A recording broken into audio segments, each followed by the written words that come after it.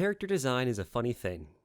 We hear all the time that someone likes this character design or that character design is shit, but what does that mean? No one ever really takes the time to explain it. I believe there are various elements of character design that are important for a variety of reasons. The simplest one is whether or not the character is pleasing to look at. Why do you think we see cute girls with big breasts all the time? Why do most harem shows have that taller dark-haired girl, the short-haired girl, the pink-haired girl, and of course, the blonde? It's a tried-and-true formula that allows shows to succeed without much originality.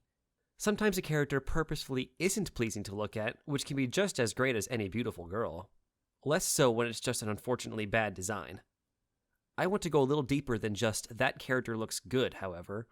As we tend to here in Professor Madeline's class, we're going to look into the wonderful world of silent storytelling to see why character design does a whole lot more than give Japanese preteens something to fap to. What do we always say about silent storytelling? It's so much better to experience the narrative through visuals, non-expository dialogue, or even sound effects. Emphasis on the visual part today, because we're going to look at a film called Koe no Katachi and see how character design tells the story without a word. From director Naoko Yamada of K-On!, Tamako Market, and Hibike Euphonium, this new film takes silent storytelling to a whole new level, with a plot focused on a deaf character. There have already been plenty of videos about how sound works in it, and since I wanted to talk about character design, I figured I'd use a less looked at side of this one. Don't get me wrong, the audio element is amazing, but it's still beautiful to look at.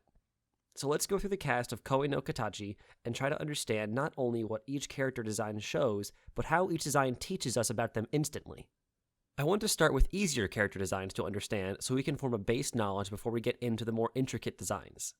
So let's look at 3 supporting characters: Kawai, Mashiba, and Nagatsuka.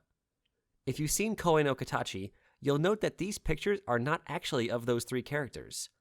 I want to play a game with these 3, where we're going to guess the personalities of these characters. Here are your options. One is a bossy class rep, one is the laid-back cool friend, and one is the comic relief sidekick. Which do you think these descriptions apply to? I'll give you a few moments to decide. If you chose that Sakaki from Muv-Luv is the bossy class rep, Koizumi from Haruhi is a laid-back cool friend, and Popo from Anohana is a comic relief sidekick, you are correct. Why is this relevant? Look at how these characters compare to those from Koe no Katachi that fulfill the same role. Notice any similarities? They are practically the same design besides small cosmetic differences. The character design corresponds to the personality of the character. I'm not saying this to make it seem like character designer Futoshi Nishiya is a lazy hack, because this isn't something unique to him. In all of anime, and indeed we can extend it to any visual medium, certain stereotypical characters have shared characteristics. A 12-episode show just doesn't have time to beat around the bush with its side characters, let alone a single film. They need you to know what to expect from a character pretty quickly, and so we internalize these shared characteristics. Koe no Katachi already has some weird pacing at some moments. Can you imagine if we needed extra time to show the personalities of these supporting characters? It's so helpful that we instantly get a base understanding of them, and we're able to learn more as the film continues. Character design here is a tool to make the rest of the story possible within the given time frame. Next, we'll get to one that jumps out at the very beginning of the film, our main character. Ishida has a pretty distinct design, but unlike the supporting cast, it's not immediately clear what is conveyed by it. Just looking at him on his own doesn't tell us much. What gives him his meaning is the way he looks compared to the rest of the cast. That's right, we're back in the world of structuralism, and hopefully half the video won't get copyright struck this time. Like I said, Ishida looks like a pretty average anime character on his own, but place him next to some of the other characters in the film and you can immediately see some noticeable differences. Let's take Mashiba, the cool guy we just looked at. The most notable difference is the hair. Mashiba's is pretty typical for an anime guy, but Ishida is almost the exact opposite. It goes straight up and is horribly unkempt. Short of going Super Saiyan, most anime characters don't look like that. The part I noticed next is his eyes. Again, Mashiba looks pretty average, nothing special to note. But look at those tiny pupils on Ishida, whose eyes are almost twice the size of Mashiba. He looks like he's either been on an espresso-fueled all-nighter, a cocaine-fueled bender, or he's just clinically insane. Add on the subtle things like the wrinkled shirt and loose tie, and I'm sure you're starting to see the point. Visually, Ishida is just slightly off-kilter compared to the rest of the people around him. For those who have seen the film, you'll know that it's more than just visual. Most of the story revolves around him being a social outcast. I think he is designed this way to make it more believable that he is a pariah. It's like the opposite of when people questioned Andrew Garfield being the unpopular and uncoordinated Peter Parker in The Amazing Spider-Man.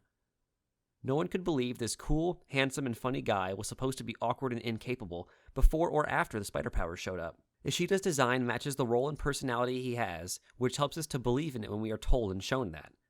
If you looked at Mashiba and a hypothetical narrator told you how unpopular and lonely he was, you wouldn't quite believe it. Ishida looks exactly how he should in this role, and that's no accident.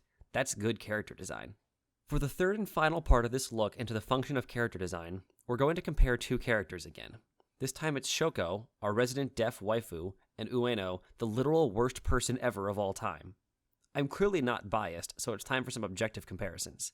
As the two girls who vie for Ishida's attention throughout the film, they are definitely meant to be compared. They are foils of one another, and the character design reflects that. Look at this still from when they are all at the carnival, and see how similar yet different they look. Their hairstyles are almost exactly the same, and their poses are practically mirroring each other. Once again, it's the differences that make the most meaning, and there are a few here. Their styles of dress, from Shoko's adorable conservative outfit to Ueno's erotically casual one. Shoko's childlike backpack is an antithesis to Ueno's more grown-up crossbody purse, too. Just look at some of their poses as well. Ueno is loose and relaxed, while Shoko always seems to be holding herself in. Since we see them competing with very different methods throughout the film, the way that they oppose each other stylistically helps us build up their conflict even more. So that's Character Design 101. To recap, we save precious time by learning about characters visually and not through narration. Whether it is through expectations we have as seasoned anime watchers or other lived experiences, through the way one character's look differs from the rest of the cast, or how two characters are designed to oppose each other. This isn't just unique to Koei no Katachi, because every anime employs these tricks. The most important thing to remember with all of this is that the effect of the character design is instant, and it's almost always unconscious. Rarely will you actively think, that character design made me associate that character with stupid, dumb idiots who suck, but it will happen within your mind anyway.